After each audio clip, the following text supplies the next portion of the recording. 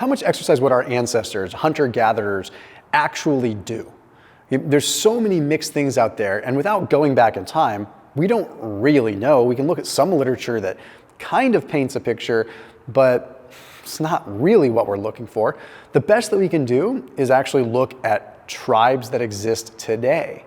There are hunter-gatherer tribes like the Hadza, and there's actually science, there's literature that has documented by putting heart rate monitors on camps from these tribes to see what they're doing in terms of activity.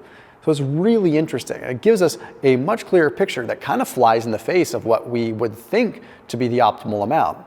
Now, obviously, if you're looking at a Hadza tribe, everything about them is different. Their recovery is different. They don't have the external stimulus of stress from other factors of life. They probably have deep relationships, all these things that probably enhance recovery. But let's take a look at this data.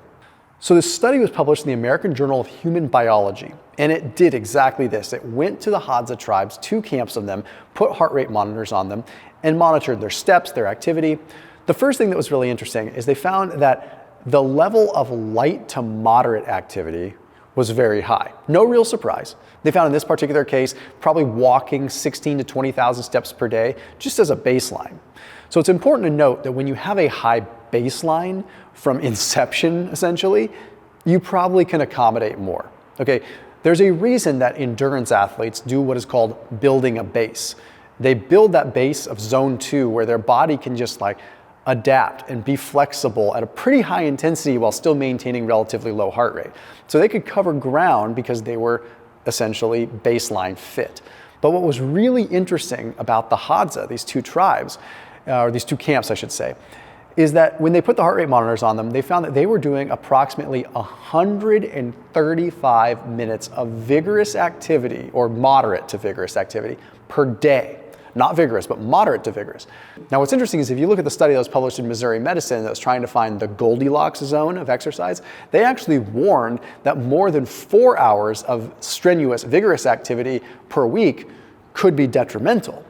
Well, 135 minutes of moderate to vigorous isn't quite the same as vigorous, but it's still 14 times the amount of what the standard American is doing as far as moderate to vigorous activity. So it's kind of interesting that we have literature out there that tries to kind of scare us away from the moderate to vigorous activity, but in reality, it's looking at the extreme stuff. The people that are extreme endurance athletes or extreme, maybe even CrossFit athletes, that extreme category where they're really doing heart-pounding, crazy stuff for long periods of time is very different from what most, and I probably mean 99% of people, are doing when it comes down to moderate vigorous or even vigorous activity. Now, what's really interesting that we have to look at with the Hadza is their recovery, right?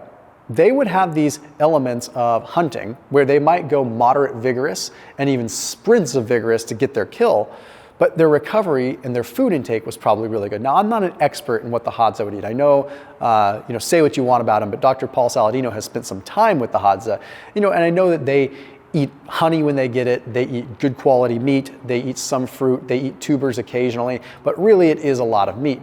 And we're seeing that the protein intake does seem to matter as far as our recovery is concerned. And as long as they're not pushing this extreme vigorous activity in an aerobic fashion, where they're just stressing their heart and possibly getting that left ventricle wall hypertrophy that happens with extreme endurance activity, the protein consumption is probably allowing them to recover adequately. Now, with this, you've also got the relationship side. You've got the lack of external stress coming in from other areas, right? So they can accommodate this vigorous activity, not to mention the core value of their life depending on it. For what it's worth, by the way, a word from our sponsor, I put a link down below for ButcherBox. I figured it's a relevant sponsor to mention with this video because it's meat. You can get bison, you can get ground beef, you can get sirloins, you can get New York steaks, any grass-fed, grass-finished meat, about as good as you can get, and it tastes amazing. So that link down below gets you special access to ButcherBox, gets delivered to your doorstep, and also you can check out some of my custom boxes that I would get, which is gonna be things like New York steaks, filet mignons, gonna be the ground beef, the ground bison, sometimes the cod. You can see what I'm into personally, but also you can choose whatever you want for your custom boxes, and it is amazing and delicious. Grass-fed, grass-finished beef, some of the highest quality stuff that you're gonna be able to get shipped to your doorstep. So a big thank you to ButcherBox. please do give them a shot. If you're on the fence, let me kind of nudge you that way so you can give them a shot, because it helps out you and it helps out this channel and keeps us going. One of the things that I found very interesting when they looked at the Hadza is they saw that there was no real instance of cardiovascular disease. So they were very active. We know that diet plays a big role with this, but we know that exercise might even be more important. But they also had very healthy markers overall. So even though they were pushing their bodies quite a bit, their stress markers probably weren't too bad. Now, they didn't look specifically at some of these like C-reactive protein, these other stress markers that I would necessarily be looking at, but their other metabolic markers were in pretty good shape, which tells us, again, being able to have the recovery is key. If you're going to push the intensity, you have to be able to have the adequate recovery. Now, are they sitting there thinking about their recovery, or are they just recovering as needed? What's interesting is I had Dr. Tommy Wood on my channel a couple of years ago, and Tommy has become a really good friend, and he's become one of the foremost experts in the world of just metabolic health and kind of a voice of reason in the world, really. And he was explaining to me that like most of our ancestors were probably not as active as we thought. They would go through periods of hunting and sprinting, and then a lot of sedentary behavior and a lot of recovery.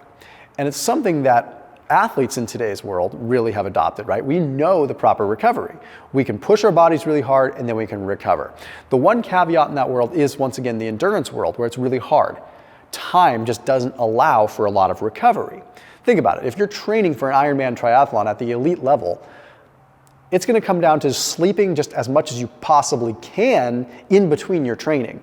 When I had Brad Kearns, he was one of the leading triathletes of his time, he was talking about how they would literally like wake up in the morning, go swim for a couple of hours, scarf some food, go for a 60-mile bike ride, come back, take a 1-hour nap, go for a 10-mile run at night, just to eat dinner, go to bed, and do it all again. The sleep was just the amount that they could get when they weren't training. And that's why you start to kind of push the envelope with heart issues. You see these endurance athletes having heart issues later on in life. Very different from, say, the Hadza, who are moving around at low intensity and then occasionally sprinting and then recovering and eating like kings when they would actually score food. So right now, we as a whole are pretty sedentary. We have artificial exercise that we induce upon ourselves because we think that it's good for us. It is good for us, but we are told that it's good for us. And then we sprinkle whatever processed garbage that we possibly can. So what I've taken away from this study in the American Journal of Human Biology is that being baseline active versus baseline sedentary is going to elevate everything. Lots of moderate to moderate vigorous activity is great. Leisurely, moderate, vigorous activity. Having fun, playing, pushing it, but not heart pounding to the point where you're just lactate threshold miserable all the time. Adequate recovery, but also if we factor in what we've learned from recent research, like really recent research in December of 2023, is that when you consume a lot of protein in one sitting, you can assimilate it.